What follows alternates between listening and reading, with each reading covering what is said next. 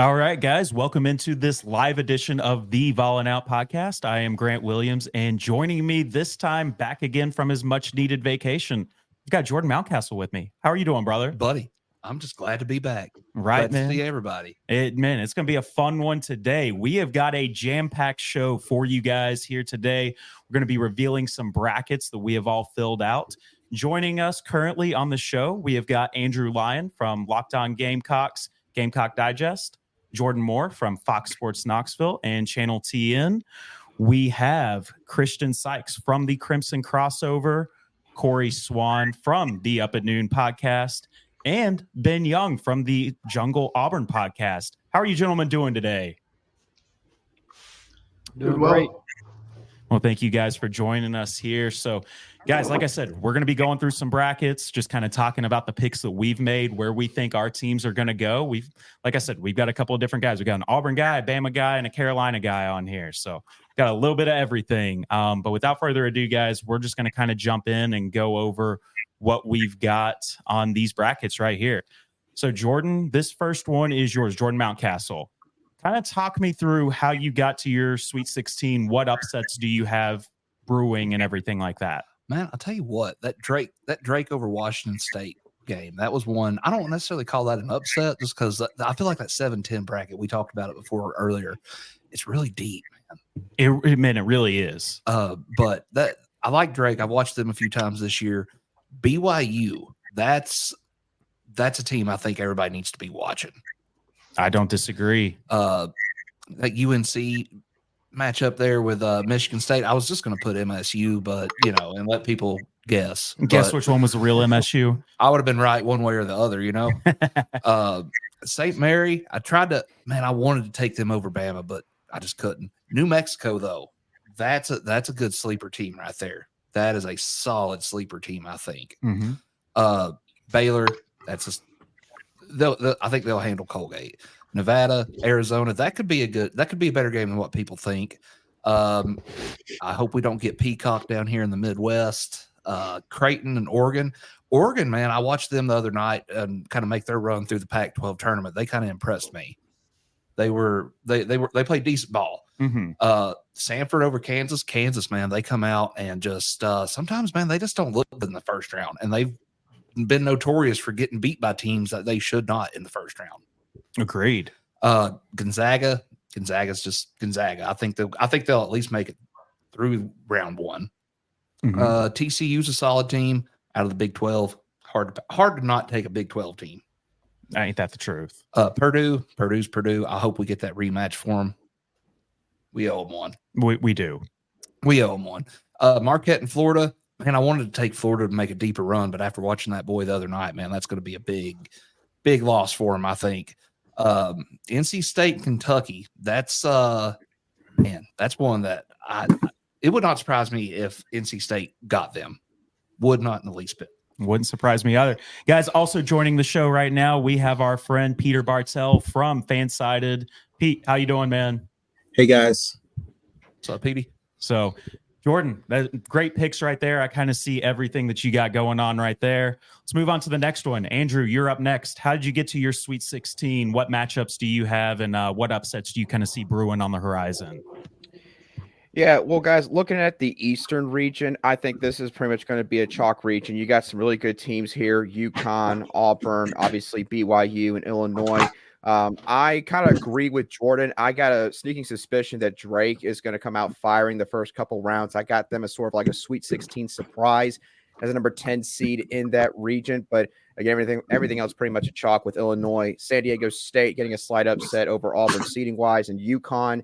And then moving down to the West region, I've got North Carolina pretty much strolling through the first couple rounds. I think that people are overlooking St. Mary's a little bit. South Carolina guys, so I'm used to seeing really slow, methodical basketball, and St. Mary's is probably one of the only other teams in the country that does it maybe better than South Carolina. So I think that they're going to prevent being upset from Grand Canyon, and I also think they're going to get Alabama, who likes to run the floor but can't play a lick of defense, as Nate Oates has said himself. I really like New Mexico in the bottom part of this bracket in the West region. I think New Mexico is going to be pretty much my Cinderella in this entire tournament. I got them going very far in that region. And then Dayton and Arizona. I like Caleb Love and what the Wildcats got going over with Arizona. So I got them in the Sweet 16.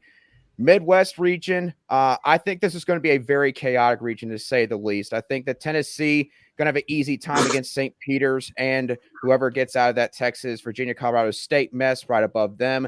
I can't pick against South Carolina. I know Oregon's on fire coming into the tournament, but I think the Gamecocks got enough to get it done. I think that my biggest upset seeding-wise is actually Akron over Creighton. I think that Akron's got good enough shooters. I think they can get into a shootout, potentially win that game over Creighton. And then above them, I got Samford being Kansas. Kansas is very banged up right now. McNeese over Gonzaga. Kind of feels like Gonzaga stole a number 5 seed, in all honesty. I'm sure a lot of y'all agree with me there. Purdue, I think, is going to be the 1 seed that's going to get knocked out early in the tournament. I got Utah State going a little run to the Sweet 16. And then you look at the South region. It's kind of like my East region. A lot of chalk right here. Texas Tech, I think, is going to be Kentucky for the reasons I mentioned with Alabama and St. Mary's. I just think Kentucky doesn't have a good enough defense. So they'll meet up with Marquette. And then I got Duke and Houston at the top of that South region bracket. Man, I like all your picks. I like all of them. We'll move on to the next. Jordan Moore, you're up. Yeah, so looking in the top of the bracket with UConn, it kind of seems to me that the committee was trying to do everything they could to prevent UConn from repeating as national champion because, in my opinion, they gave them the hardest bracket in the entire field when you look at who they have to go through. I mean, Illinois is the Big Ten champion, Auburn's the SEC champion, Iowa State's the Big 12 champion. That's a pretty tough potential Sweet 16. Florida Atlantic, to me, didn't deserve to be in the NCAA tournament. They've not been playing good basketball. Northwestern's been playing much better down the stretch, so I'm going to take Northwestern to face UConn. San Diego State and UAB. UAB's having to fly across the country to play this game. San Diego State's basically, out on the West Coast. They're still a good basketball team, still rely on the defense. UAB just isn't going to have enough to get the 12-5 upset. Auburn's hot going into the NCAA tournament. I'm looking forward to that Sweet 16 matchup with UConn. I said it earlier today that to me, kind of looking at the analytics and everything across the board of previous national champions, I think your bona fide national championship game is potentially UConn and Auburn there in the Sweet 16. Kind of going on down BYU, if they throw it up a lot, shoot a lot of threes, that's tough if they can get hot. Drake definitely can upset Washington State. The DeVries kid for Drake is really, really good. 3-level scorer, can shoot it from anywhere. North Carolina obviously 1-16. I'm really interested in Mississippi State, Michigan State matchup. Two Power 6 teams. I think Mississippi State has a little bit more scoring punch than what Michigan State does, especially with the Hubbard kid and Tolu Smith. I like Tolu Smith in the paint. Grand Canyon and St. Mary's. Grand Canyon, to me, this is going to be one of your 12-5 upsets. Grand Canyon has been playing really, really good basketball down the stretch. Bryce Drew's, despite what happened at Vanderbilt, Bryce Drew's a good basketball coach. And I think they pull the upset over St. Mary's. One of the matchups I'm really, really looking forward to is a Charleston, Alabama matchup. If you like high-paced basketball, high-scoring basketball, this is your matchup right here in the first round. They both throw up a ton of threes, fast-paced. To me, the difference in this game is down the stretch, your Alabama in the past month is shooting below 30% from three in the past month, while Charleston is shooting above 40% from three in the past month. Also, Alabama's defense, as we've seen here in the past few weeks, has been atrocious. That's not a recipe for good things for them to happen if Charleston can hit that at that 40% clip. New Mexico, they've played really, really well. I think they're going to knock off Clemson. Kind of going on down. Nevada is hot coming into this tournament. I think they pull off the 10-7 upset. Going to the other side, to the South region, Colorado is a sneaky play-in team to sit here to watch. I saw a stat earlier that a lot of the time a 10 seed that plays in this first end game gets to the round of 32. So I think with that injury to Florida. Now, if that injury hadn't happened in Florida, I'm probably picking Florida here. But Colorado's played really, really good basketball coming down. They're hot. They're actually, if you look at Bartorovic in the past month, they're actually one of the top 30 teams in the country coming into this tournament. So I think they can get to the round of 32 and match up with Marquette. Kentucky, Texas Tech in the second round. I think NC State used too much gas winning that ACC championship. They got to be exhausted, especially emotionally too. So I think Kentucky, Texas Tech. Duke, I'm going to take Duke. James Madison, Wisconsin's not very good at shooting the basketball. They're also not very good at defending the three. So James Madison is another high-paced offensive team. That doesn't bode well for Wisconsin. To me, that's another 12-5 upset. And another matchup that I'm looking at too is Nebraska and Texas A&M. Nebraska is a really fun team to watch. They shoot a lot of threes, high-paced offense. And if you can get those to drop, Texas A&M doesn't have enough offense to be able to keep pace. And this is going to come down to which pace is this game played at. If it's played at Texas A&M's pace, that favors Texas A&M. If Nebraska can get out and run the floor and hit their threes, and they play at their pace, I could see them winning by 10 plus over A&M because A&M just doesn't have the scoring punch to be able to keep up. And then the Midwest bracket where Tennessee is at, Purdue's been Purdue. I don't see a matchup here in the first two rounds that's going to be tough for them. Something interesting with Purdue that I think we should all pay attention to is that since February 18th, they're 61st in defense. 61st in defense. That doesn't bode well from then down the stretch here. Gonzaga, a lot of people watching the show and listening to the radio, a lot of people are picking the McNeese-Gonzaga upset, and I definitely can see that happen. But a lot of the times in this situation, the one that you think is going to happen isn't the one that happens. And everybody's picking McNeese. So I'm going to roll with Gonzaga. Gonzaga has actually played good basketball down the stretch despite losing to St. Mary's in their conference championship game. Plus, I'm going to take Mark Few, who's been there, done that, as the coach in the NCAA tournament over Will Wade. Samford and Kansas is another one that I'm very, very interested in watching. Buckyball with Samford is really fun to watch. High-paced offense. They play 10 deep. Kansas is dealing with some injuries. They don't shoot the three very well at all. Samford has some size in the post that could prevent Kansas from being able to finish around the rim a little bit. So I'm going to take the upset there. Another thing to look at, too, that's kind of been pointed out on a few radio shows is with Samford's fast pace, this game's being played in Salt Lake. The elevation could play a factor in this game with Kansas only really being 6 deep and Samford being 10 deep. So that could be something to kind of pay attention to towards the end of that game. Kansas kind of wearing down a little bit. South Carolina, I've watched them play this year, and the way they play basketball reminds me of the way Tennessee played basketball last year. They muck it up. They make it muddy. It's not pretty, but, they're the more physical team. They kind of punch you in the face and dare you to punch back. So I think South Carolina is going to do that to Oregon and advance on. Creighton has been good. They're basically a top 10 team over the last month. Tennessee, from my perspective on Tennessee, is which Tennessee team do we get? The last couple of games, they've been awful. But I don't think St. Peter's is going to give them much of a fit. And, Texas, I think Texas will win either the Colorado State or Virginia game, and then it becomes the Rick Barnes Bowl with Texas and Tennessee. I'm going to take Tennessee, and the reason I'm going to take Tennessee over Texas is for one simple answer, and that's Dalton Connect. We have Dalton Connect. They don't have Dalton Connect, and he can go win you a game when you need him to. So that's how I kind of got to my Sweet 16 matchups. With the Gonzaga-Samford thing, I think, Mark Few will kind of coach circles around Bucky with him being in his first NCAA tournament. Gonzaga just has a little bit more talent, a little bit more size. That's kind of – there was a few upsets here that I kind of wanted to pick a little bit more, but I didn't want to go crazy with it. So that's kind of how I kind of got my way down to the Sweet 16. I like it, man. I like it. I like a lot of good picks you got right there. We'll move on to the next one. Christian, you're up, bud. Well, before I start on this, news just came out of Kansas. Kevin McCullough is not playing in the NCAA tournament.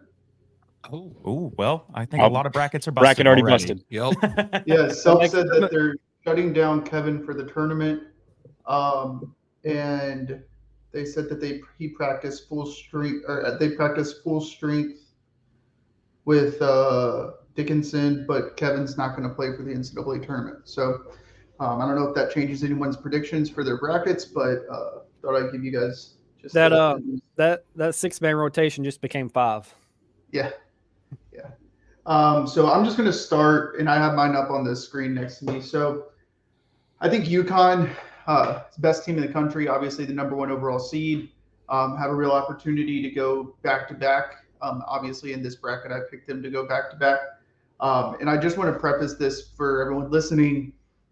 This is not I usually change my bracket pretty regularly. This is my benefits Alabama the most bracket and not what I think is going to happen bracket. So I'll take you guys through the thought process a little bit. But UAB, Andy Kennedy does a great job with that, has done a great job with that UAB program. I think San Diego State's a little bit lackluster on offense, and at times can really struggle offensively. And I think UAB can take advantage of that. Auburn's good. I'm an Alabama fan. I'll tell you that right now. Auburn's a good team. I don't see how Yale could keep up with them. I think Janai Broom's going to feast in that game. BYU, they're similar to Alabama. They shoot a lot of threes, a little bit better defensively. They're a team to watch, especially because they were seeded as the top 5 seed in the NCAA tournament. But due to their religious kind of like affiliations and things, they had to be dropped to a 6 to be able to accommodate not playing on Sundays. So that's a team a sleeper team to look out for. Drake, I think Drake's a very popular upset pick over Washington State. And then this is where it gets interesting for me. So I actually have North Carolina and Mississippi State playing in the round of 32, and I actually have Mississippi State beating North Carolina. Main reason for that is Josh Hubbard's one of those guys that can take a team and will them to win games. He's an electric talent. He's only a true freshman. And then additionally, Tolu Smith is a good matchup against Armando Bacot. And I don't know. Again, this is the benefits Alabama the most bracket. So North Carolina getting out of there early helps Alabama. Now the Grand Canyon St. Mary's game, that's one that is interesting to me because I think St. Mary's is a very good team, but like was said previously, the tempo, they're 358th out of 362 teams as far as tempo is concerned. Alabama, I think, is 9th in per KenPom. So Wow. While there's the exact opposite style of play, I think Alabama's offense is efficient enough to be able to score playing slow. And if they can get St. Mary's to play fast, then it's just going to be a nightmare scenario for St. Mary's. Additionally, St. Mary's only has 6 guys that they play normally. Their rotation is very small or very short. So if Alabama can get them out running, then you're going to have to start putting in guys that maybe haven't played that much this season. And I think Alabama can take advantage. Charleston, Alabama, that's a great game. If you want, like people have said, if you want to see offense, that's what you're going to see. One thing I will say about Alabama's shooting woes the last few weeks, you've missed Latrell Wrightsell, who's the 4th most efficient player in the country per KenPom. And then right when Wrightsell comes back, you lose Rylan Griffin, who's your best defender on the perimeter. So it's been kind of a mixed bag rotation for Alabama over the last 6-7 games. This is the first time that you'll see this Alabama team be healthy and be 100% ready to go. And they've essentially had 2 weeks off. So, and then New Mexico, I think New Mexico is a trendy pick as far as beating Clemson. Clemson's been falling off a little bit lately. And then Nevada, additionally, is another trendy pick. Moving over to the Midwest, Oregon, I have Oregon beating South Carolina because Oregon's finally healthy. And I love this South Carolina team. But Oregon's finally a healthy team and they haven't been all season. So I think that's a 50-50 toss-up. And I just went with my gut and said Oregon on that one. Sanford, especially with the Kevin McCullough injury coming out, I think Buckyball, with the way that they press and the short rotation that Kansas has, is going to be difficult for them to overcome that. And then NC State, I definitely understand the maybe used a lot of energy to win the ACC championship, but what I think NC State has DJ Burns, and he's an electric player. And again, similar to Josh Hubbard, he has a potential to kind of carry that team and will that team to victory. JMU, the same reason that someone else said. I think Wisconsin's a little bit shaky as far as their offensive woes are concerned. And JMU is a very good team. They won 31 games this season. So Definitely no slouch of a team, even though they come in as a 12 seed. So for my Sweet 16, I have Houston, Duke, NC State, Marquette, Purdue, Gonzaga, Creighton, Tennessee, Arizona, New Mexico, Mississippi State, Alabama, BYU, Iowa State, and then UConn, Auburn. I like it, man. I like it. We'll move on over to the next. Corey Swan, you are up, my friend. I'm going to make this short and sweet for everybody. There's a lot of my bracket's a lot of chalk and a lot of Ken Palm with a few upsets, just the right amount of upsets sprinkled on top there. I'm real proud of this bracket. I can't wait to throw it out the window about 3 o'clock Thursday afternoon. First of all, I want to say that I think that the committee was in their bag as far as the entertainment value of this bracket. You look at Tennessee versus Texas potentially in the second round, 3 of last year's Final Four teams in the top half of that East bracket. I really like. I echo what Jordan said earlier with Drake over Washington State. I liked what I saw of them watching them beat Indiana State last weekend.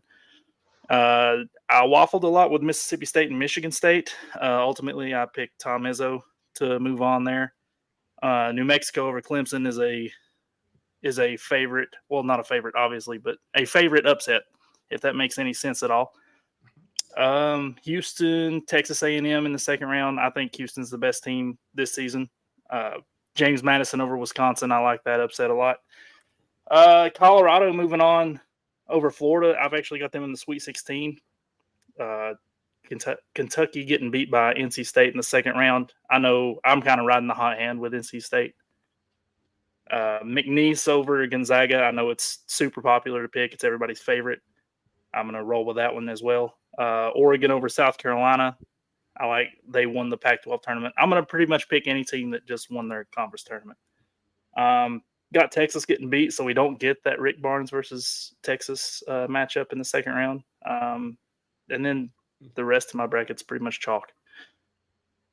I like it, man. I like it. We'll move on to the next. Peter Bartell, you are up, my friend. Thanks. See, do you got mine up or I got to share it? Yeah, thank you. I've got yours up right here. Also, I got to ask you real quick, are those oranges behind you for Tennessee? I think that's what you did for me, right? I got to get in the Tennessee spirit.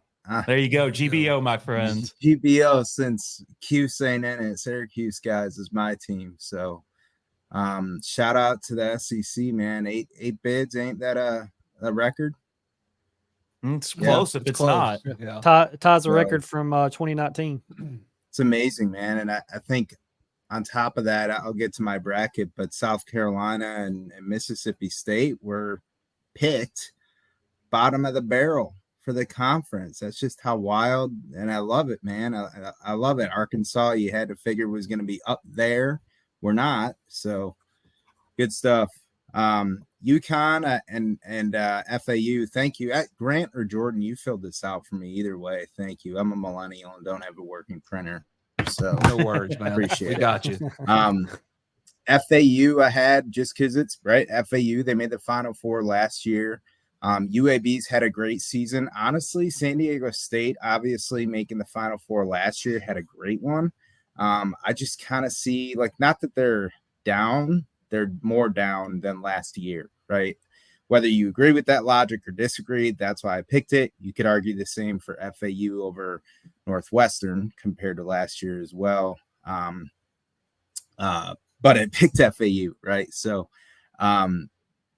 you ended up filling out like 4 brackets after this too. And I felt maybe best about this one. I don't know. You mix and match, you know what I mean? And like, I think the guy before me was saying, they're thrown out by the end of the first round of games on Thursday. So BYU, they shoot lights out, and then I don't recall where they're playing in Omaha, I guess. So I heard somebody saying, I think it was Andrew on the Lockdown series with the college basketball. They were saying the air in where BYU plays, which makes sense, is different, right? So they're a good shooting team, but that could affect them, which I thought was interesting. Nonetheless, I picked them.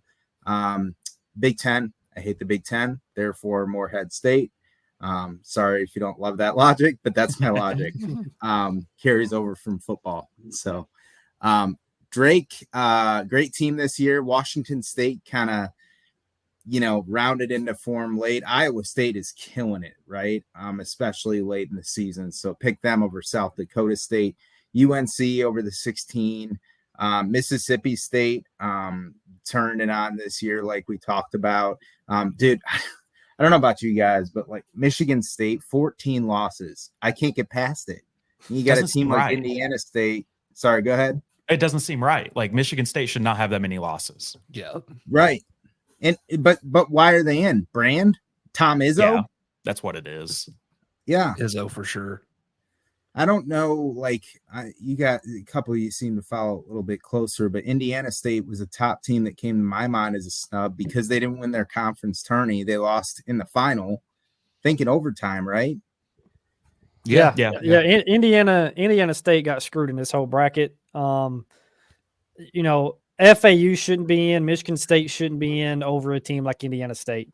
I don't understand what the committee was thinking on this one. And they're talking about expanding the tournament. I think that's ridiculous because all you're going to get is more of these mediocre fringe Power 6 teams in that don't deserve to be there instead of actually getting good mid-major teams in. Mm-hmm. Yeah, you're right. NC States that don't win their conference tournament, right? Yeah, That's do we need more Texas A&Ms? Do we need more Mississippi States? No, I don't think so. No. Right. And the thing with Indiana State also is they brought back pretty much their entire roster, which was good last year. Nobody wanted to play them because no Power 6 team was willing to schedule them on a neutral court or go there because they knew that was a potential loss of how good Indiana State. So their non-con strength of schedule was awful because nobody would play them. I'm a big Indiana State. That's my favorite mid-major because Shirt's there. He used to coach here in Tennessee at Lincoln Memorial. He had the D2 program rolling, so I followed them for a while. So I'm a big Shirts fan. So it really irked me that they left Indiana State out of this thing and put a bunch of these mediocre Power 6 teams in. I wouldn't say nobody wanted to play them. Alabama did play them this season. That's a good point. It's a very good point. And it's like Shirt said, in the Alabama loss, I still think Alabama wins that game any day of the week. But Indiana State in that game was missing their best player in Avila. Yep, I agree. Mm-hmm. Yep. Kareem Abdul-Jabbar.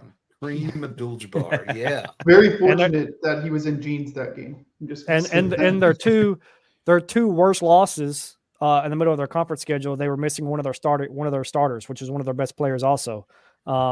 So it's just I think they're the first team, and that's top 30 in net to not make the NCAA tournament, but we got teams in the 50s and 60s in net that made it over them. It's just, to me, it's ridiculous. Of course, I agree. Pete, what other upsets you got or what other good picks you got on this one right here, man? So I got Grand Canyon over St. Mary's. I agree. Grand Canyon's playing well. This was tough, though, because St. Mary's looks a lot better than they did at the start of the year. So very, very tough matchup. It's going to be a good 12-5.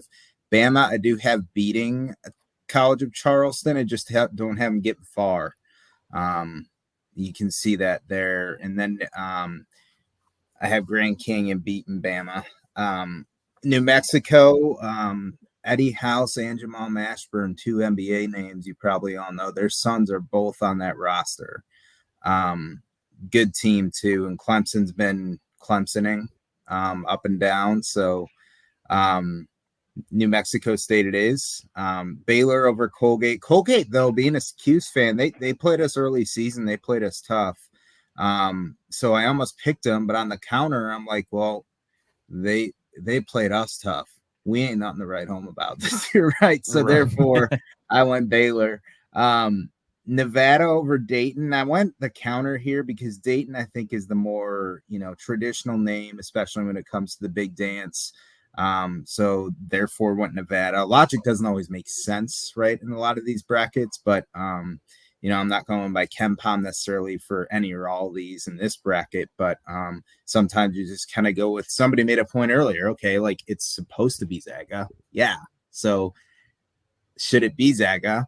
And they're weaker this year. So like they said, that's a Samford pick potentially, or in the first round, McNeese State, right? But that's the obvious that usually doesn't happen. So that's kind of, I get in my own head a lot too. I feel that Arizona picked them over Long Beach State. That's super interesting. And I'm really rooting for Long Beach State because didn't awkward news leak out that their coach is like fired, but he's still coaching? Yeah. So that go Long Beach State. That would be amazing if they won, but I have Arizona. Bring it home. Yeah. Houston, Texas A&M, love Buzz Williams right now, man. He's got him rounded into form at the right time. Nebraska is good, though. Somebody mentioned it earlier. James Madison's had a killer year. They beat Michigan State earlier in the season. I think what they have, it's 3 losses on the season. Wisconsin, though, they're hot. But the counter is like James Madison's had some time off, right? Wisconsin just had a gauntlet in the Big Ten tournament. Duke Vermont's going to be a good game, closer than people think. A couple of my other brackets, I have Vermont beating them, but I do have Duke in this one. Texas Tech, I have beaten NC State. I think NC State's luck runs out. Kentucky, I have beaten Oakland. Reed Shepherd's really got them playing. Besides the SEC tournament, which they laid an egg, but who didn't lay an egg, right? A lot of teams, laid eggs. Auburn. Don't forget about them. Right. And that's so Auburn, right? Like you got a 4 seed, you get screwed. You don't get the 3, first of all, which I disagree with. The bigger thing I disagree with is you're thrown out to Spokane, Washington, and Bama, by the way, is a 4, and you're a 4. Like you know what I'm saying? There's just a bunch there that, like you guys were saying, that committee. There's some questionable stuff here. And I know I heard from like Grant and Jordan and other Vols fans, like, how much does it weigh? Because Tennessee got screwed a few years ago when you won the tourney. It didn't improve the seed line at all. So I don't think it matters. I think this proves that the tournaments don't matter. The conference tournaments, they don't matter.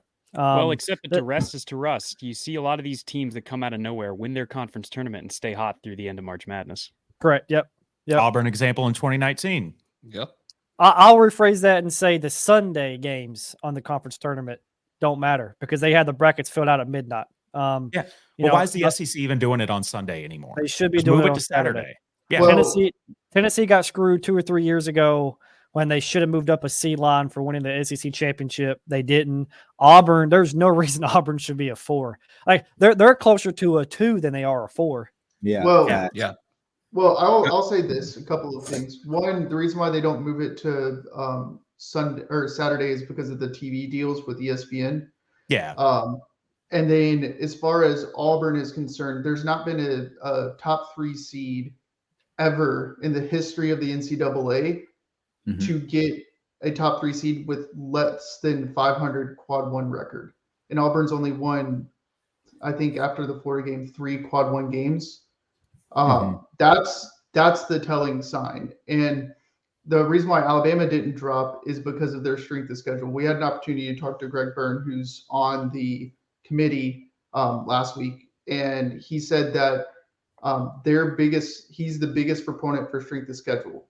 As far as non-conference strength of schedule, what are you doing as far as teams are concerned? And you can see that with Auburn, who won 6 more games than Alabama, but was only 1 spot ahead of Alabama on the seed lines.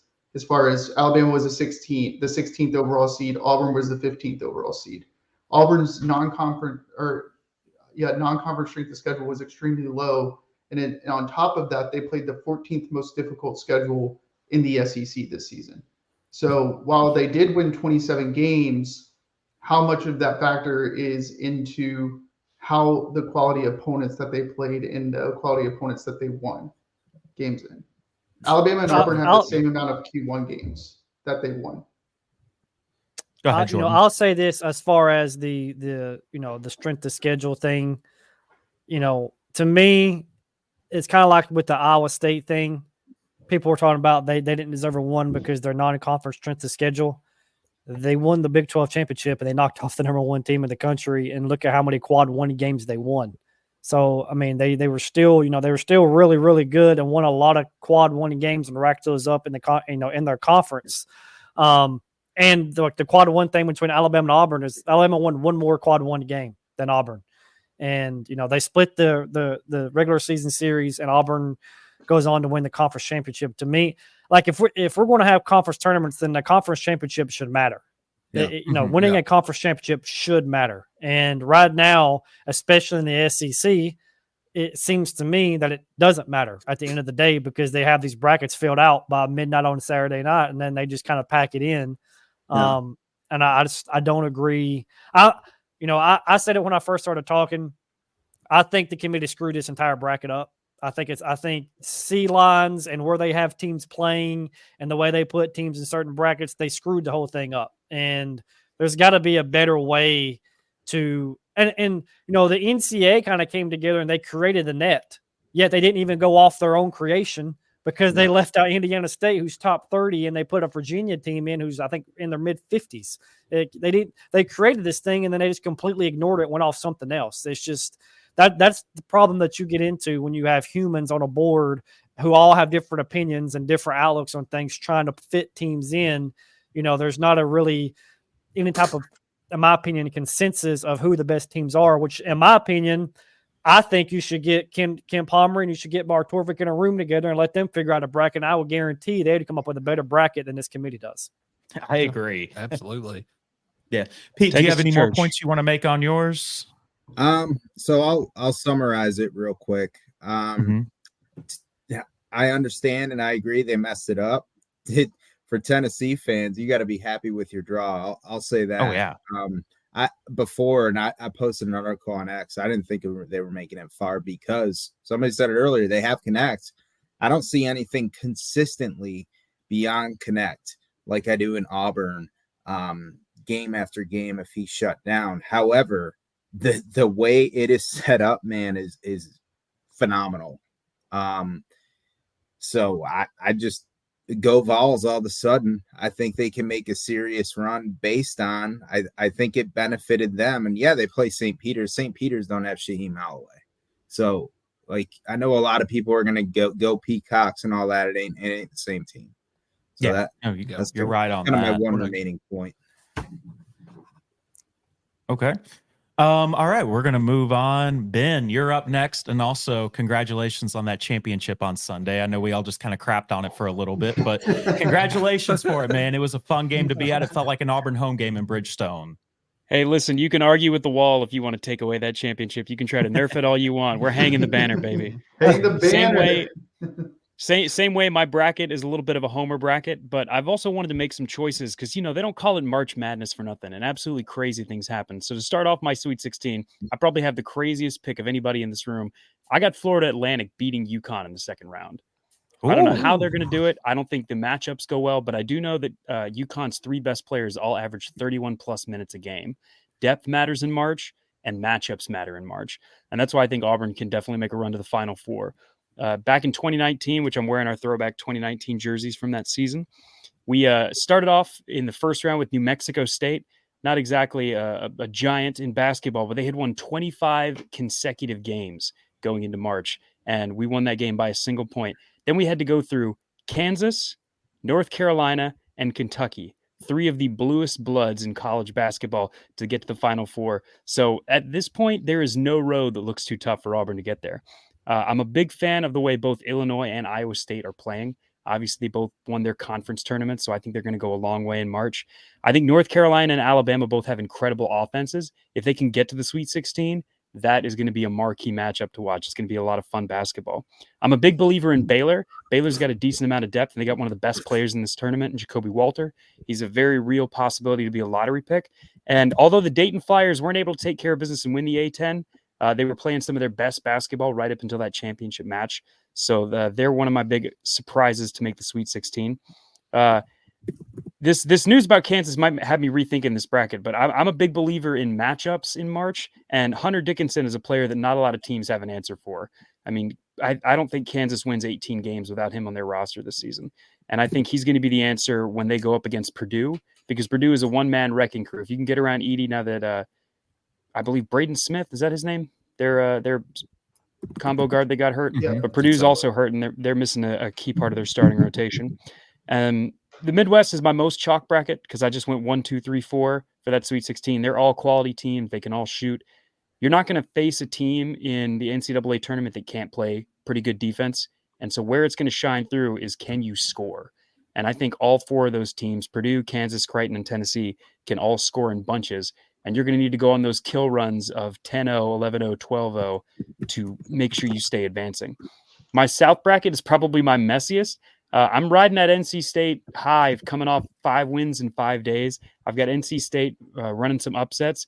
I also have Oakland upsetting Kentucky in the first round. I think Kentucky's probably feeling their oats a little bit, getting that 3 seed, but they've just been too hot and cold for me. I don't think they're going to be able to play good enough defense to keep it down from the final possession. I think they're going to be fighting for their lives in that first round. I also think Florida's really going to be missing one of their big men who got injured in that championship game. So I think Colorado's going to upset them in that first round. And then they're going to run into a nasty Marquette team. So I got Marquette making it to the Sweet 16. I'm a big believer in Wisconsin. I think they match up really well with Duke. And if they can escape from that James Madison game, I have them beating the Blue Devils. And let me tell you guys a name that I'm surprised nobody has mentioned yet. Casey Tominaga from the Nebraska Cornhuskers. They're calling him the Japanese Steph Curry. He has been on a tear, winning all Big Ten honors, scoring 14 points a game. He's been shooting over 50% from the field and 41% from three-point range. If you're going to beat the Houston Cougars, you got to be able to score. And if Houston has one of those nights where they are shooting below 30% from 3, watch out. I think Nebraska can swing that upset. Hey, I like it, man. I like it a lot, and glad you got the Vols going far right there in that one as well. I've got 2 takeaways from his bracket here. Basically, what he was saying down here in this Midwest portion, bet the over, and then Nebraska, man. I watched them. Did they play Illinois the other night? Yeah, I think so. Yeah. No. Was that Wisconsin? I think that might have been Wisconsin. Yeah. No, Wisconsin, Purdue, Nebraska, Illinois was the semifinal. Okay. Well, I watched them the other night, and man, he went through them like Kobayashi, son. Just tore him Kobayashi. I never thought that name would be said on this podcast. Never thought I would hear that on here. Oh. All competitive sports allowed and Vawlin Out. Right? That's right. Well, I will wait to reveal my bracket until the Elite Eight just for time constraints on this, guys. But we will move back up to Jordan Mountcastle. Jordan, I want you to walk me through how you get to your Elite Eight. Man, UConn and San Diego State. San Diego State, I watched them the other night against New Mexico. They're a tough ball team, man. I mean, they really are. I think it's Ledee. Is that his name? That big kid, the big guy. Yeah. Man, he can draw fouls. He can do it all. But they just don't jump off the court at you to me. So give me UConn on that one. BYU and Iowa State. I struggled with that one, but I like BYU, man. I just like the way that they play ball. They're tough. They can shoot the ball, and they'll get up in your kitchen. Michigan State and Bama. That was just one. I did put MSU on there. I did. Hey, you sure did. Nobody could ever say I got it wrong. Izzo, that's the only reason I'm going with that. Oates is a phenomenal ball coach. That was really a toss-up for me. I wanted to see some chaos down there. New Mexico, honestly, if I had to pick, though, I know I put BYU in the Elite Eight. New Mexico is probably my favorite sleeper because I watched them in San Diego State the other night, and they're good. They are a good ball team. They're tough. But I took Arizona. I wouldn't be surprised, though, if that upset right there didn't actually happen. Duke, got a soft spot for Duke, but that JMU game, that might be a tough one for them. I agree. But if they get Houston, I want to see Houston go down too. Mm-hmm. Really do. NC State, Marquette, give me Marquette. NC State, I think their legs are going to give out on them before long. It'll do, Pig. It'll do. You know what I mean? Mm-hmm. Purdue, Stanford, I want that rematch with Purdue. That's the only reason I picked that one. And I like Tennessee's chances in the rematch if that does happen. I do too. You get Zach Edey out of that game, you give yourself a phenomenal chance to win. Well, and it's not even just that. Jonas Adu and Tobey Walker are playing much better now than they were back then. Yes, absolutely. I think they can do some damage in that game. Mm-hmm. All right, we'll move on. Andrew, you're up next. Walk me through how you got to your Elite Eight. Okay, well, I guess I'll start with the East region, UConn taking on San Diego State. A couple guys have already alluded to it, so I'll just carry over the same theme. San Diego State's not a great shooting team. I do think that they'll find a way to escape the first weekend, but UConn, I think, is just going to be a buzzsaw for them in that Sweet 16 matchup. So I got UConn moving on to the Elite Eight. Illinois versus Drake. Drake, again, I think is going to be a really good story in that region, but I think they'll just run out of gas by the time they face the Fighting Illini. Fighting Illini's got a great offense. I just think that their matchups work out well for them with Morehead State and BYU in the first couple rounds, and then Drake in the Sweet 16. So I got Illinois facing UConn, the Elite Eight in the East.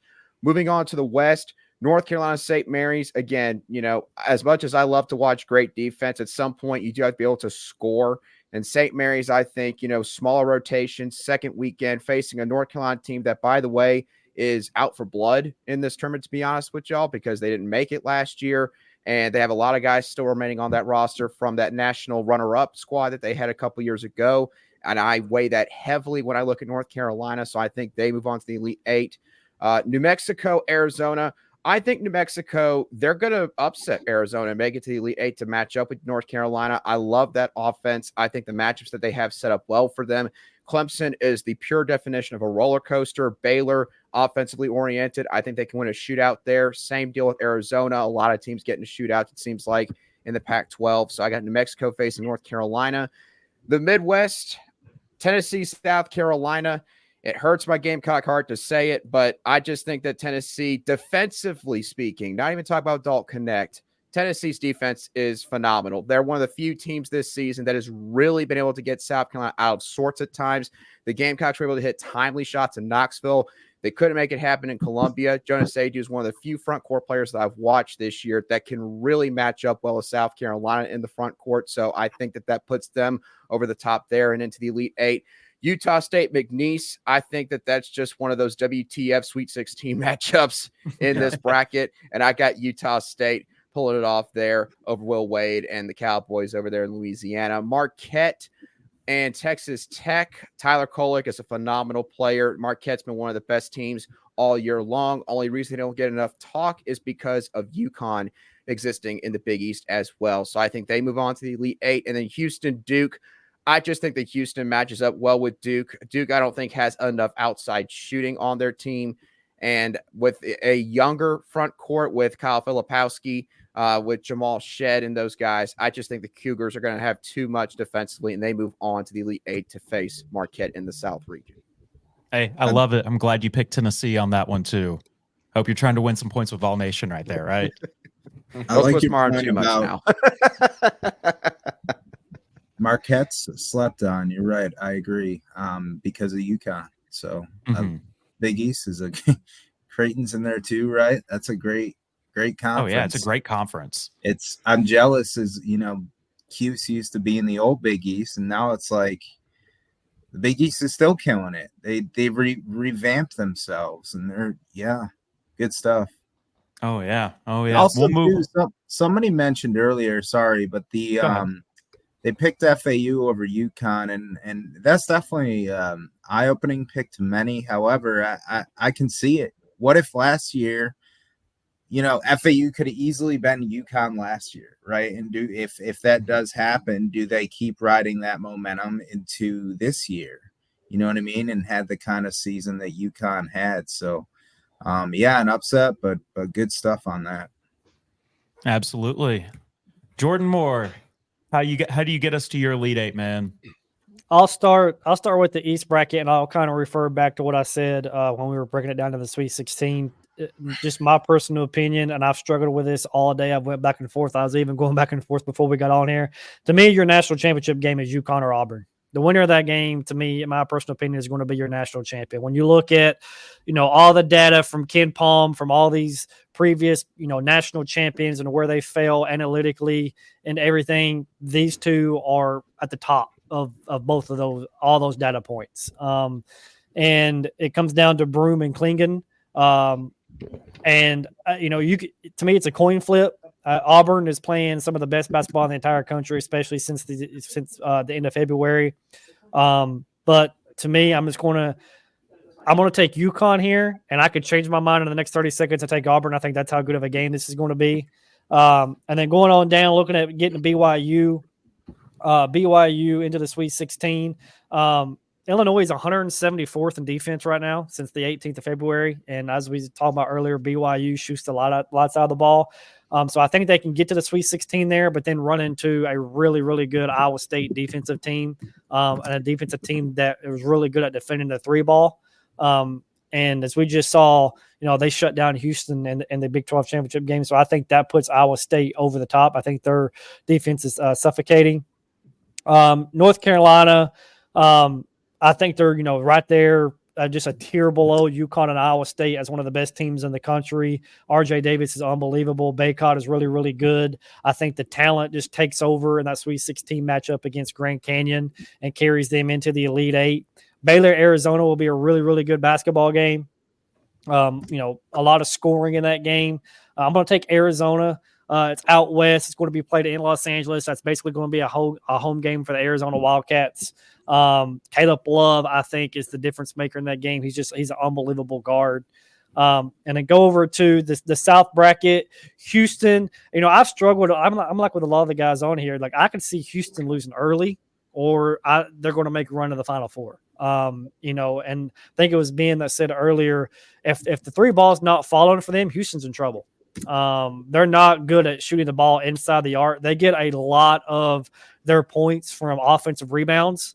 So if you can box them out and keep them off the boards and they don't shoot the three well, that does not bode well for them advancing in this tournament, especially if the other team can shoot the ball. But I'm going to trust on that defense right now to carry them into the Elite Eight. And this team's been there, done that. Sampson's been there. He's done that, especially in that Sweet 16 matchup against Duke. I think Sampson will coach circles around Shire. I'm not a big fan of Shire as a coach. And then kind of coming on down a little bit, I like Texas Tech. They're top 40 in both offense and defense over the last month. They were injured a lot of the season, and they've kind of gotten healthy down the stretch, which has allowed them to play the best basketball of the entire season for them.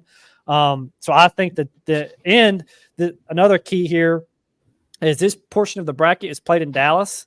So that's another bona fide home game for Texas Tech against Marquette. And you could have, in my bracket, I have Houston and Texas Tech in the Elite Eight. That game is in Dallas. That's going to be an incredible matchup to me with both teams' crowds being there. It's going to be a loud and crazy environment. And then coming down to the Midwest bracket with Tennessee and Purdue, until somebody, can figure out a way to keep Edey off the free throw line, which seems like an impossible task the way that they allow him to play basketball. I'm going to just continue to advance them on. The difference to me this season and last season with Purdue is if you try to take away Edey, Purdue shoots over 40% from three. Last year, they didn't do that. You could take away Edey, and they didn't have enough shooting to be able to get themselves to continue on. This year, they finally have that shooting. It's really kind of pick your poison with Purdue right now. And then coming down to the bottom of the bracket, our region, Creighton is playing as like one of the best teams of basketball over the past month. I can't pronounce the guy's name, but they got that 7'1" center that averages almost 3 blocks a game. He's a menace around the rim. And the thing in this matchup too with South Carolina here, South Carolina is not a great jump shooting team. And Creighton plays a lot of drop coverage and they dare you to shoot the basketball. Which is why they don't force a lot of turnovers. They don't foul a lot. Teams don't get to the free throw line a lot because they don't foul because they play such drop coverage, which is why they're so good defending the paint.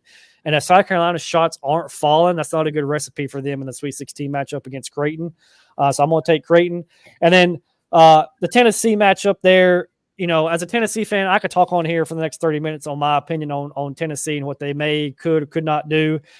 Unfortunately, as a Tennessee fan, the only thing that I can say in this situation is Rick Barnes is our basketball coach, and I cannot trust him in a do or die game to pull the strings necessary to get his team to win that game, X's and O's wise, to get where this team needs to go. To me, Tennessee's been ranked top 8 in the AP poll since December 18th.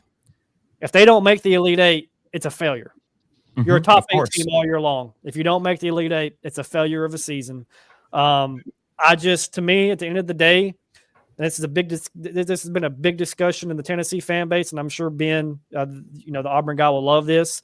In a tournament setting, I'm taking Bruce Pearl 10 out of 10 times over Rick Barnes. Oh, hell yeah, I am. So that to me, that's the difference maker for Tennessee in March. You may have Dalton Connect, and I get that, and he's incredible. But when you have Rick Barnes, who has notoriously come up short in March, and you're starting to see now Tennessee has nobody outside of Dalton Connect that is a consistent scorer that can take the pressure off of him.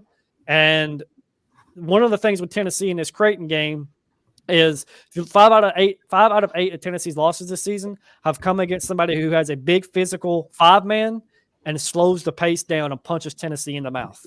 And that's exactly what Creighton is going to do. Jonas Adu is more of a finesse player than he is a banger, and he's not going to be able to bang against the 7'1" guy Creighton has. So that's how I got to Purdue and Creighton there in the Midwest in my Elite Eight. Okay. I like the picks. We will move on. Christian, walk me through to your Elite Eight. Hold on just a second. I'm going to make a comment. Okay. You said you choose Bruce Pearl over Rick Barnes? 10 out of 10 In a times. tournament setting. In a tournament setting, yes. There's a reason why we call him regular season Rick. Just so you're aware, when you're saying that, Bruce Pearl's only been out of the first weekend one time at Auburn. And in the past 10 years as a head coach, Bruce Pearl's accomplished more than Rick Barnes has in 37 in the tournament. I'm just saying that the statement that you would want a coach that's been out of the first weekend once in his tenure at Auburn is wild, but that's neither here nor there. He's won 2 conference championships in the past 6 years. Rick Barnes has won 2 in 37. Also Rick took Barnes Tennessee to their only Elite Eight. Rick Barnes hasn't been to the Final Four in 18 years. And Bruce Pearl was there a handful of years ago. X's and O's on the court. Bruce Pearl, X's and O's, is a better X's and O's coach than Rick Barnes. Bruce Pearl will take a 4 seed to the Elite Eight. Rick Barnes is a great program builder and a great culture builder and a consistency, and that's why they win a lot of games. When it comes into a one-game situation setting and he has to get on a whiteboard and X's and O's somebody, I'm taking Bruce Pearl on a whiteboard over Rick Barnes. I was just pointing out their NCAA tournament success, mostly to take shots at both Tennessee and Auburn. So that's what I think that's what it is right there more than anything, right? Shots fired. Hey, check Coleman for a Final Four banner. I'll wait. Oh, we got one. It's in women's basketball. Hey, we got plenty of those. Yeah, I was going to say, if you want to talk women's basketball, hang on. Tennessee can, well, I don't know. Andrew might be able to beat us all. Andrew's right got now. us now on this one. Currently, all-time Tennessee. Hey, if you guys want to talk basketball, I'll talk adapted athletics. Our women's adapted athletics basketball teams won like 6 of the last 7 national championships. But. Oh, well, we suck now in women's basketball, so it doesn't really matter. If we'll talk women's basketball, I'll go on a really bad rant about Kelly Harper, so that's probably not a good idea. Yeah, let's save that for a different time. Anyway, so tune in next week. For my Sweet 16, I agree with you on and I know I was taking shots at Auburn and Tennessee. I think both of these teams this year are excellent. I tweeted out in January that Tennessee, Auburn, and Kentucky were far and away the best 3 teams in the SEC. And I still believe that. That UConn-Auburn game is going to be a fun game to watch. At the end of the day, I think what is Auburn's ultimate downfall is their guard play. I think that they have an insanely good front court with Jalen Williams and Janai Broome. But I think at the end of the day, the lack of efficiency with Aiden Holloway and Trey Donaldson, and Katie Johnson is what's going to end up being Auburn's ultimate demise in the NCAA tournament. Yeah, I'm taking Cam Spencer and Tristan Newton in that situation. Yeah, exactly. BYU is just like Alabama. Like I said previously, they could get hot. But I love Iowa State's defense, and I love teams that have length and can really lock down defensively. Alabama was a lot like that last year, obviously not like that this year. So I have Iowa State. And then again, this is just a homer pick. In my actual bracket that I have on ESPN, I have UNC beating Alabama in this game. But because I wanted to make it interesting, obviously I put Mississippi State in there. Alabama's beaten Mississippi State twice this season. I think they do it again for the third time. New Mexico is one of those teams that can get hot, and that's you always pick a double-digit seed to make the Sweet 16. I think the last 14 years there's been a double-digit seed to make the Sweet 16, so that's my double-digit seed. But I ultimately have Arizona, like someone said, who's basically playing a home game to win that game. That Creighton Tennessee game is also going to be a very fun game, but at the end of the day, Baylor Shireman's going to do things to the Tennessee interior defense that's been lackluster throughout the season. And I think Creighton moves on. Purdue seems like a team of destiny as far as losing last year to a 16 seed. Zach Edey's really good. Braden Smith's really good. So I have Purdue winning that one. And then NC State, again, I'm just taking the hype train. But ultimately, I think Tyler Kolek and that Marquette team, now that they're finally probably be healthy by then, would be able to take them down. And then Houston's defense is just so good that defense wins in March and guard play wins in March. And I just think Houston's a good enough team to get it done versus Duke. Hey, I like it, man. I like it. We will move on. Swan, get me over to your Elite Eight. Come on, Birdman. Swan, you're on mute. I've got UConn over Auburn. I kind of echo what Jordan Moore said. I think those are the two best teams in this bracket, besides maybe Houston. Illinois and Iowa State. Iowa State looked really good in that Big 12 tournament. Yeah, So great. I'm They rolling killed them. Houston. Killed them. North Carolina over St. Mary's. I think the Tar Heels have looked really good lately. I know they lost that game to NC State, but NC State would have beat the Lakers in that game. New Mexico, Arizona. I really hate that Arizona's done this to me again, because every time I pick them to go far in a tournament, they always let me down 100% of the time. But here I am again picking them. Houston and over Duke. I've talked about Houston enough. NC State, Colorado. This one was tough because I think Kentucky is good enough to win this whole thing, but they're also good enough to get beat in the first round. And Marquette kind of upset me last year because I had them winning it all and they lost. So, and I needed a little color in an otherwise black and white bracket. So I've got Colorado in the Elite Eight. Nice. I've got Purdue moving on against McNeese. I'm going to have at least a couple of double-digit seeds in the Sweet 16. And then Tennessee over Creighton. Creighton will be a tough one for Tennessee. I don't know much about Creighton, but I'm certain that they have a milky white guy who will just kill us. There you go. Yeah, absolutely. 2%. They have to. 2%. I like it. I like it, Corey. We will move on. Pete, you're up next, man. Hey, so I never thought about that. Somebody said it. The Auburn UConn game could, in theory, be the national title. So it's pretty intriguing and definitely not far off. Even if you disagree a little bit, you cannot disagree a lot. Those are two great teams. So I picked Auburn actually in that one over to UConn. And then between Iowa State and Morehead State, Corey just said it. They've been playing great ball, crushed Houston. So got them moving on there. Grand Canyon, I actually I didn't address it, but I have Mississippi State upsetting UNC in the round of 32. Therefore, have them playing Grand Canyon. And then that bracket's wild, basically, right? Because then I have Grand Canyon beating Mississippi State. Mississippi State, may not be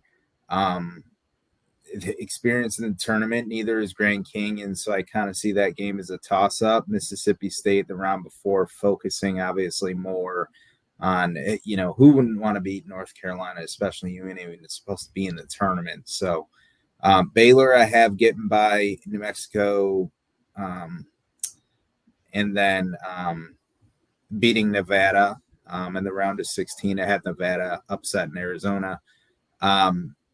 Houston, I have beating JMU. I just think they're too talented. When they're on, they're on. I understand what you guys are saying that, they do have a weakness or two, but nonetheless, I have that happening. Kentucky, another team, when they're on and rolling, they're on and rolling. I was surprised in the SEC tournament they didn't push a little further, but nonetheless, have them getting by Marquette. Samford, I have them upsetting Kansas pre this news that we just found out about. I already was taking into account Kansas had a limited rotation, and now it's even more limited. So obviously that pick would stand even with that. The Zags, I haven't beaten the Zags, have them upsetting Purdue. Not because I don't like the Big Ten, not because I don't like Purdue. I think Purdue's a good team, especially with Zach Edey, but Samford's also a great team this year. So watch for that upset. I do have Tennessee beating South Carolina. They just, I think they beat them in the last matchup this year, right? When they played them head to head, they waxed them in Columbia, right, Andrew? I was listening to Andrew's pre-game on that, and his Locked On. Check him out. He's got good stuff. I'm plugging him, but right now on Lenoris Sellers, the QB, and how he's going to shape up. But anyways, got into some basketball, and he had me excited for that regular season game that the Gamecocks would get it. But given that, basically, I picked Tennessee to advance over Samford. So that's what I got. Love it, man. Love seeing Tennessee move on right there. Ben, you're up next, man. Well, you're going to notice a theme with my bracket, besides that it's very Auburn homer. But I'm really valuing the front court in this tournament. I think the thing that we all love about March Madness is you can have a game where a team just absolutely plays out of their mind and does something incredible, because you only got to do it once. It's win or go home. And we talk about this a lot on the Jungle Podcast. I think it's because of how bad Auburn has been previously. But someone mentioned that, winning at the end of the year, winning in these tournaments is the only thing that matters. I got to disagree. I think there are 3 incredible championships you can win in college basketball season: the regular season, the conference tournament, and then winning in March. All 3 of those mean you can have a really great season. So I don't think Tennessee should knock winning a regular season championship. I don't think Alabama should knock sweeping the regular season and the tournament last year. It's nice to be in an SEC where I don't think Kentucky's won a conference championship in about 5 years. So we've broken that stranglehold for a reason. Exactly. So I think FAU is going to come down from the high of having beaten the number 1 overall seed UConn the night before, or 2 nights before. And I think Auburn's going to get that win. I think Iowa State's ability to play long, rangy defense, like we saw them play in that Big 12 tournament, is going to match up really well against Illinois' offense. So I got Iowa State moving on.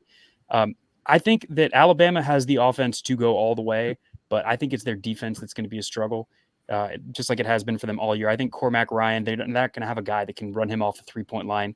So I see North Carolina advancing out of there. Dayton, as a team, gets 33 points a game from their front court, but the rest of the team shoots 40% from 3. So I think Dayton is going to be my Cinderella team in this run. I think they're going to make it to the Elite Eight before they run into that buzzsaw from Chapel Hill. Tennessee, I think, can beat Creighton. Creighton is a fantastic shooting team, but I've watched Tennessee play incredible defense all year. I think they're going to be pissed coming into this that they couldn't get out of that first round of the SEC tournament. And I think Kansas has been doubted by everybody all year and is going to be doubted even more with the big announcement of a big injury. So I think Purdue's going to be looking past them. I don't think they're going to get a good scout, and I think Kansas is going to pull the upset there. Marquette is just a better team than anybody else that they're going to face in these first couple of rounds. They definitely have the disadvantage of having to play in a really tough Big East this year, so they don't look as good on paper as they look on the court. I think NC State is going to be matching up against Oakland in the second round, so that's an easy win for them, but they're going to run into a really talented Marquette team. Talent's going to win out in March. Same way with Wisconsin and Nebraska. Nebraska's going to be a fun Cinderella story if they can make it to that Sweet 16, but Wisconsin's got a dominant front court, and that's going to lead them to the Elite Eight. Love it, man. Love hearing it right there. We're going to go right back to the top right here. Jordan Mountcastle, walk us through to your Final Four. Man, I got BYU getting ousted. Bad as I hate to say it, Huskies down the Cougars. Okay, not nothing big there, but MSU. They're either way. It don't matter which one it is. They're going down. Yeah, they're going down to Zona. kind of like Ben. I went full on homer in this Midwest bracket. Vols, baby. GBO. Got Duke up top, and I so want to see Kentucky go back to the coal mines. Back to the coal mines. Just Duke and Marquette. I think that's going to be a really fun game to watch. And Duke, I mean, they just always seem to get it together. It don't matter if they've got Coach K or whoever this time of the year. Like, I don't believe in John Shire right now. Maybe that'll change, but after Rick Barnes beat him last year, I'm like, okay, we'll have to see. Yeah, good reasoning there. I mean, Tennessee didn't just beat them either; they trounced them. So yeah, just mollywopped them. But give me the Vols over the Huskies. Smokey's a prettier dog anyway. 82-80. All right. We will move on to the next one right here. Andrew, get us to your Final Four, man. All righty. Well, starting off in the East region, UConn, again, I just love what Dan Hurley has done with that program, bringing them back to national prominence. And Illinois, they're kind of my one team that I think is heavily leaning on their offense in this tournament. But I think that, again, the bracket just sets up well for them. It will allow them to go to the Elite Eight, but their run will come to an end against the Huskies. UConn makes it to the Final Four. North Carolina, Mexico State. New Mexico State, I think, is going to be the Cinderella of the tournament. But again, I just think they run out of gas by the time they face North Carolina. I think the Tar Heels are on a mission, and I think that powers them to the Final Four in a matchup with UConn on the left side of the bracket. In the Midwest region, Tennessee, Utah State.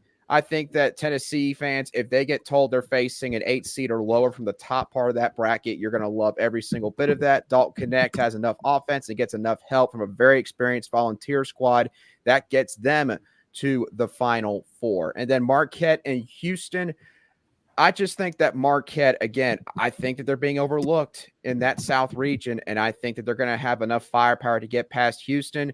So in the Final Four, I got UConn defeating North Carolina in a close one. I think Marquette gets past Tennessee.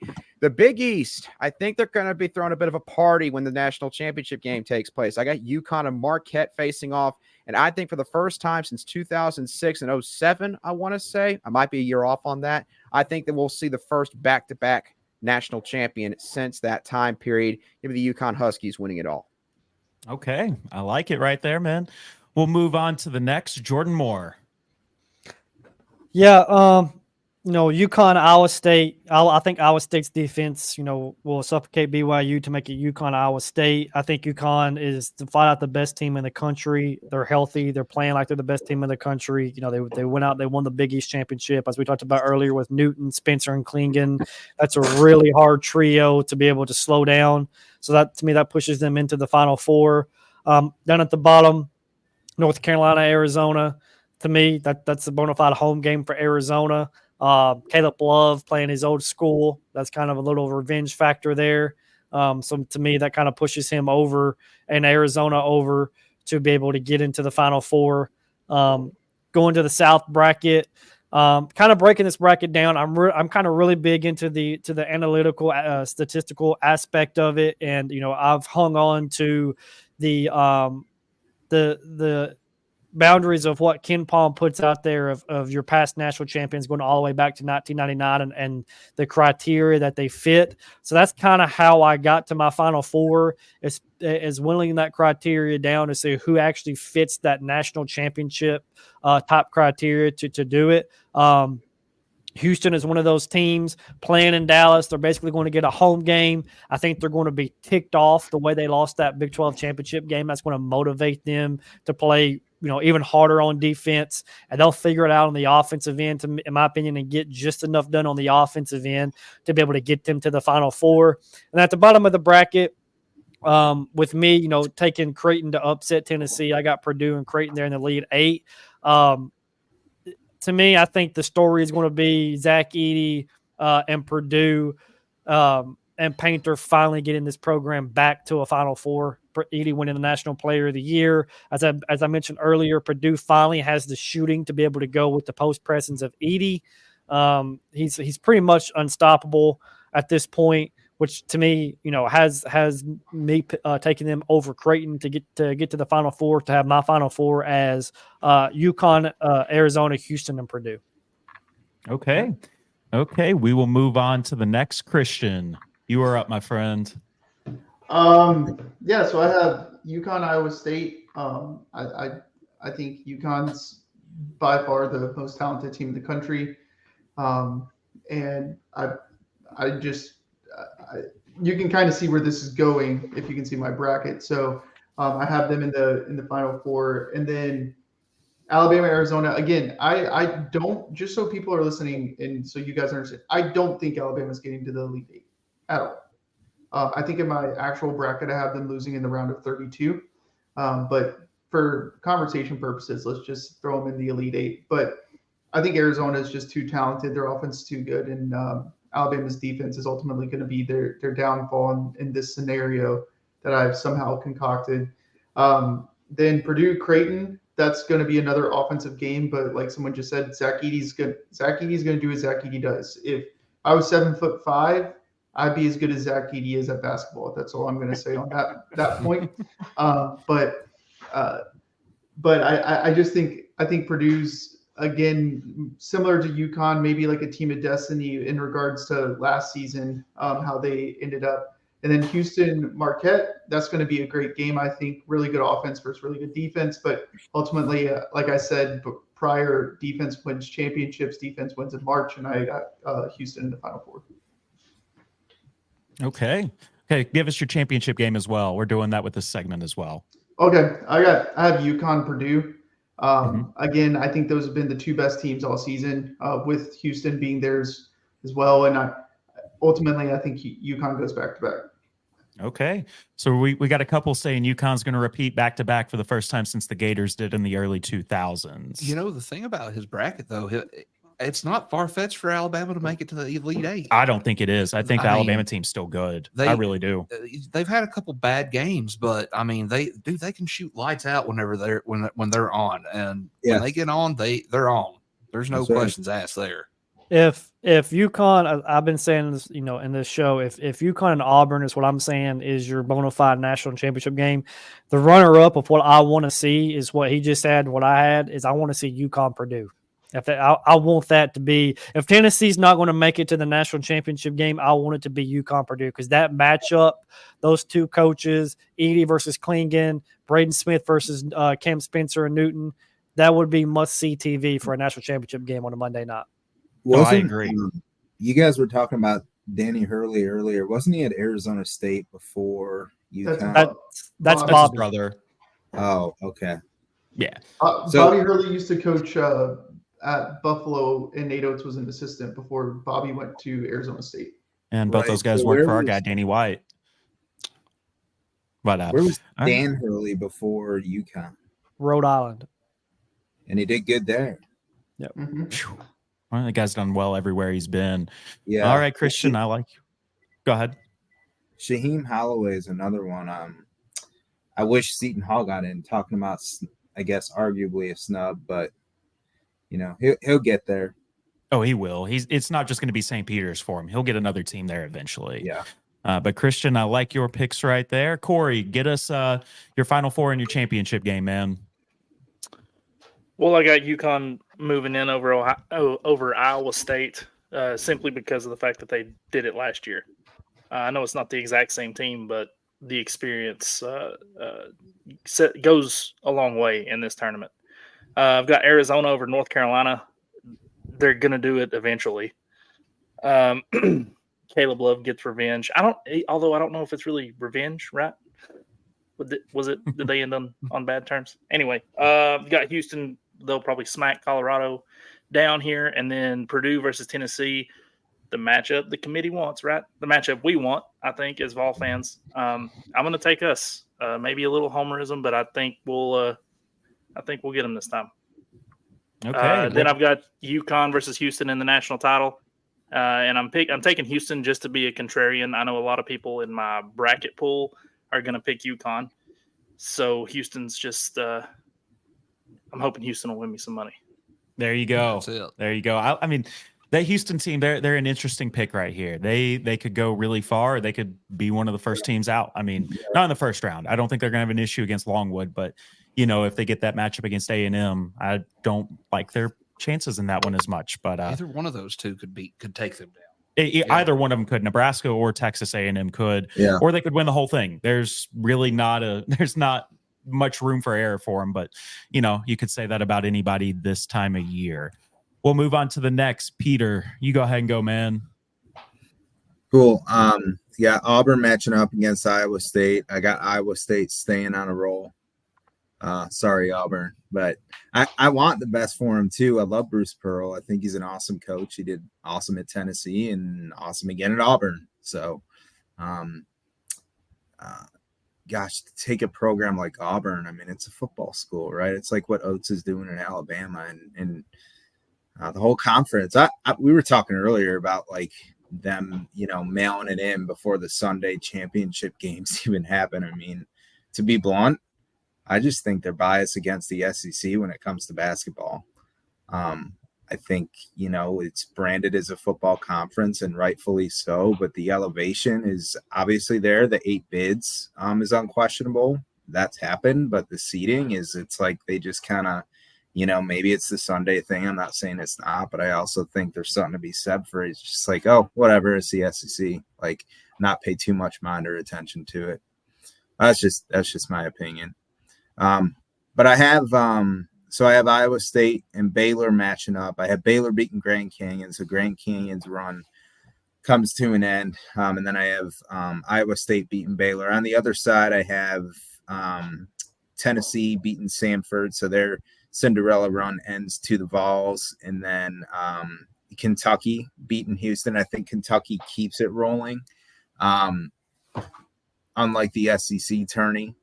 And I also think they beat the Vols. Sorry, Vol fans in here, but you're not making any friends with Vol Nation right now, man. There's a lot watching. and Calipari versus, like we were talking about coaching. Calipari versus Rick Barnes. I mean, Calipari's not on the top of his game like he was. However, I still take him in a head-to-head coaching matchup if you want to talk about coaches. And Reed Shepherd's playing really well for Kentucky right now. I know they haven't had the production, but they have 3 guys over 7 feet. So they got size for sure. And then how far are we going? Do you want me to do the whole thing or? Yeah, do your championship game as well. Okay, cool. So I got Kentucky, Iowa State, and then Kentucky ultimately taking the whole thing. So I just think with an 8-bid league, I mean, chances are good that somebody makes it. And I'm not calling a Mississippi State or South Carolina that's like a lower seed, like improving, right? But I think one of the traditional powerhouses takes it home, and hopefully that's the Cats. I think you're by yourself on that one, saying you hope it's the Cats. I hope you're wrong on that, just for our sake, right there. We'll move on. Ben, you're up next, my friend. Yeah, listen, as much as it pains me to do it, I got to respect Tennessee's ability to play here. I love that they were only able to get to the Elite Eight with Bruce, but I think if they were ever going to do it, this is the team. I think they're going to make it into the Elite Eight and play against an absolutely gassed Kansas team. So Tennessee is going to get to the Final Four. I think Marquette is going to have the easiest road of anybody. I've given them a lower seed in every single matchup that they're going to play. So I think they're also going to cruise into the Final Four. I think Auburn matches up well enough defensively with Iowa State, and I think our ability to rotate size into that game is going to make a difference to get Auburn to the Final Four. And I think Dayton's dream run comes to an end against a North Carolina team that's just got too much firepower. I think Auburn can bully in the front court with Jalen Williams and Chaney Johnson at the 4 to do enough damage to draw some early fouls, make life hectic for North Carolina, make it to the title game. And Marquette, Tennessee, if that matchup can happen, that is going to be some offensive fireworks for sure. Probably the only game that Tennessee is going to play in this tournament where it just turns into an absolute shootout barn burner. But I can't have a Tennessee-Auburn rematch because I'm afraid of how that would turn out. So I have Marquette winning with the upset to get the title game where they ultimately fall to the Auburn Tigers. And Bruce Pearl brings Auburn their first basketball national championship. I'll say this. If Tennessee doesn't get the national championship, you're my pick just because of Bruce. And you a little bit, Ben, but just because of Bruce mainly. Yeah, right. So, okay. Listen, well, I see Christian down there shaking his head. Listen, I love your basketball IQ. It's very high. You very clearly know ball. But come on, man. If you're not here to be a homer, what are you doing? No, I was talking about them saying that they want Auburn to win. You not know how dreadful that'd be for the rest of the SEC if Auburn won the national championship in basketball? Yeah, but all Tennessee fans are, I mean, I share this sentiment, and a lot of you guys are watching right now. Drop it in the chat. Do you guys want to see Bruce Pearl win it if Tennessee doesn't? I mean, personally, I want to see Bruce Pearl win it if Tennessee doesn't, but that is just me. And with moving on to that, I'll show you guys my bracket that we have not seen yet this entire time. My Final Four is Texas Tech and Tennessee. Shout out to my good buddy Aaron. I know you're watching this. So I had to pick your school a little bit right there. But I do have the Volunteers advancing against Texas Tech. I think Tennessee is just too good of a team compared to Texas Tech on that. I have Auburn and Arizona in the Final Four, and I've got Auburn advancing for an all SEC championship. Auburn versus Tennessee. Tennessee beats Bruce Pearl. Go Vols. Oh, with the backbreaker, son. Yeah, we gotta go with it right there. I don't know if I'm allowed on this podcast ever again if you're gonna pick Alabama losing in the round of 32. That's all I'm gonna say. Yeah. Does anybody have any comments on my bracket? I mean, I've got McNeese State as my Cinderella this year. I've got them going to the Elite Eight and losing to Tennessee. I just like Will Wade. That's the reason why. I mean, he's a Tennessee guy too. Grew up in Nashville, so have a little bit of a soft spot for him there. And I've got St. Mary's going to the Elite Eight as well. I like the St. Mary's. They're hot. Oh yeah. And then Will Wade has done amazing things. He ain't gonna be at McNeese State next year. He would still be at LSU if he didn't get himself in trouble. Right. Yeah. For things that are now completely legal. Listen, my partner is an Arizona grad. She would get mad at me for saying this, but they are always terrible in March Madness. Somehow they're always ranked a little bit too high. If Arizona can finally make a Final Four this year, that to me is the biggest shock in your bracket. I think maybe. They've gotten worse the last 3 years under their head coach. 3 losses, then 7, then 8. That was my logic. March Madness is crazy, but I don't see it getting them to a Final Four. Maybe a win or 2, but. Well, it's kind of like what Swan said early on. I'm going to throw this whole thing away about 3 p.m. on Thursday. Right. So who knows? One upset that I have that I like a lot, Texas Tech over Kentucky in the round of 32. I just like that one a lot right there. Not a Kentucky fan, probably my most hated team. So I really hope that one happens. I do have a question for you. Does your back hurt? From carrying Tennessee? No, from them grapefruits you're walking around with picking Colgate over Baylor. Hey, man, Colgate, love the toothpaste, everything like that. Love the toothbrushes, so we're going with them.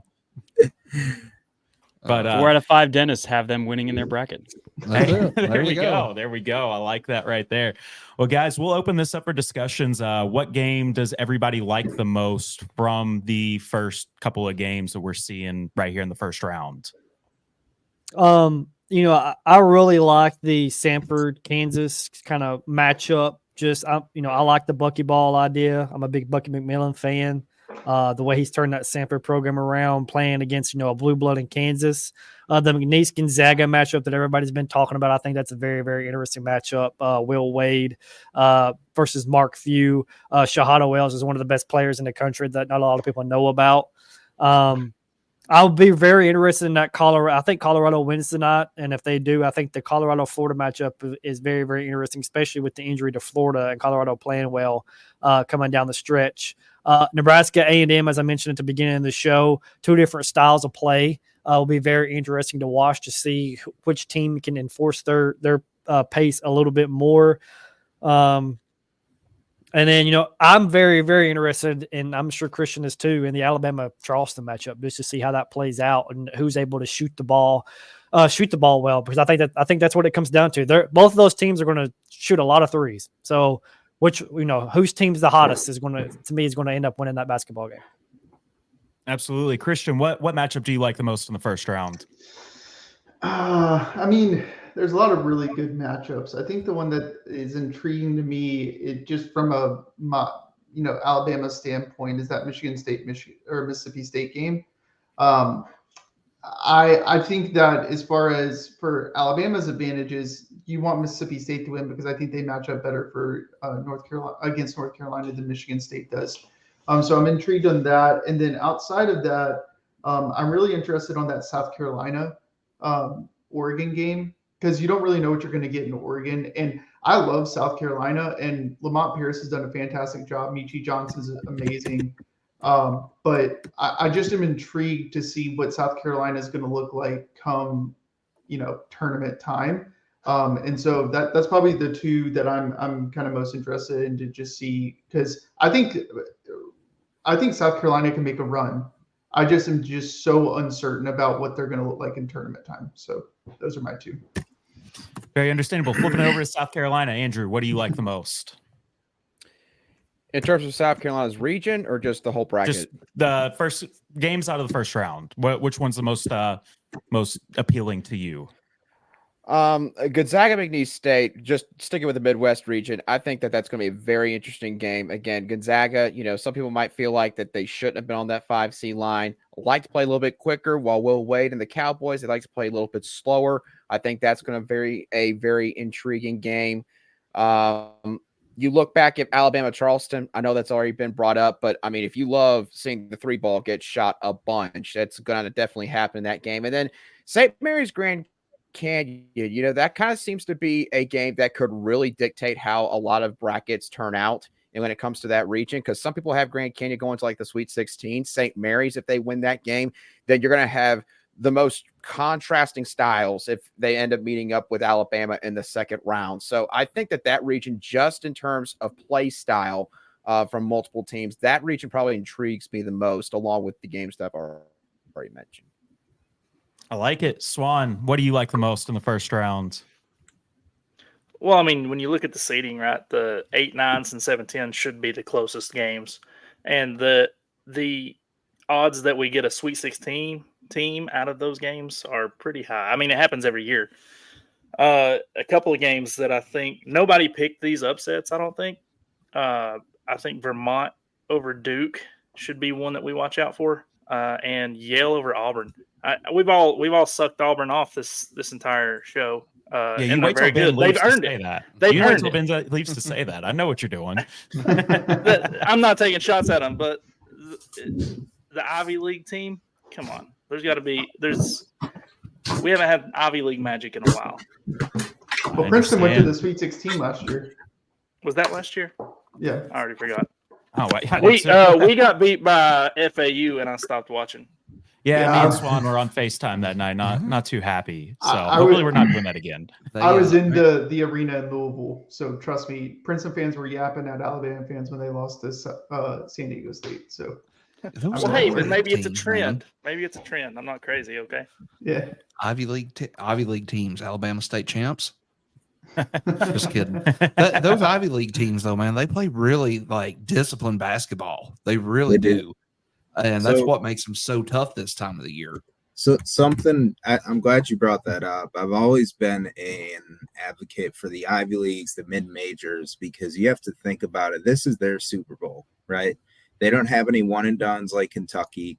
They don't have any individual, show out. It's tournament time. I'm on the main TV networks trying to get my draft stock up for the NBA drafts. Let me be selfish.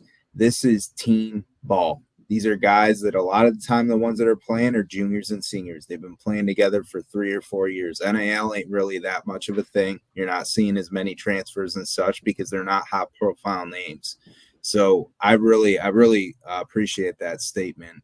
The Ivy Leagues, the mid majors, they make runs for that reason. They know how to play team ball. It is their Super Bowl. It is. Those kids ain't going pro. Yeah, well, they're all going to be working in finance, handling all of our money here in a couple of weeks after that. Yeah. Jordan, what do you like the most out of the first round? Buddy, I'm looking forward to that New Mexico Clemson game. I really am. I think that's going to be a fun game to watch. I'm looking forward to BYU Duquesne. Duquesne's been playing good ball lately, man. So that's going to be a good one. I'm going to echo Swan on Duke and Vermont. I'll just tell you guys right now, you guys are all wanting Auburn. If the Vols get put out, I'm pulling for Duke. Got my own reasons, but I'm pulling for Duke. That's my deuce. There you go. So, but Oregon, South Carolina, I think that'll be a fun one. That first week, man, that first night or two, man, that's going to be fun. I want to see. I'm hoping Izzo gives me the right MSU. You know what I'm saying? Yeah, not Chris Jans. No, we don't want none of that. We don't need no Jans. Right. Jordan, why do you have a soft spot for Duke? You mentioned earlier. Oh man, they've helped me a lot with my health over the years. So their hospital over there is great. Awesome. Lots of good people down there. I don't hate them, much like 90% of the country, but I was simply curious because most people do not have a soft spot for Duke. Before Their I like players Eastern would just Carolina. stop tripping It's a soft people spot for that. constantly, then they would get a lot more fans. Yes. That does aggravate me, Nice. but I'll just tell you right Before- now, that's a beautiful campus over there. Before Yeah. Bruce Pearl decided to show up in Knoxville, I was actually a Duke fan. My Oh, man, dad, you're gonna my say that dad live? was, my dad was a massive Duke fan because obviously, Tennessee sucked in basketball throughout basically his entire adulthood. So in high school, I was a massive JJ Redick fan. Loved JJ, watched pretty much all the Duke games, and then thankfully Bruce Pearl decided to show up on Rocky Top and save me from spending an entire life of being a Duke fan. So. Hey, you look better in orange than you'd look in blue. Way man. better, That's yes. all I'm going to say right there. The Yes. Jordans are Dukies. Right. Guys, I mean, the one matchup that I thought that somebody would bring up when I walked around on this, that Texas A&M and Nebraska game. They play each other in the women's bracket as well. And the athletic director from Nebraska just left to go to Texas A&M. So maybe there's some added motivation there. Yeah. I think that one is pretty interesting when it comes to that. But guys, this has been a ton of fun tonight. We've had a blast on here breaking down brackets, talking ball. Myself and Jordan are going to be releasing a new episode tomorrow, and we're going to have a special guest on with us to help us break down St. Peter's. So make sure you guys look out for that. Going to be breaking down what we're going to call the Ziegler Bowl. Zakai Ziegler's little brother plays for St. Peter's. So let's make sure we all check that out. It'll be dropped tomorrow at 6 a.m. Eastern. But as always, guys, go Vols. Go Vols. We Go Vols. appreciate See you you guys. guys.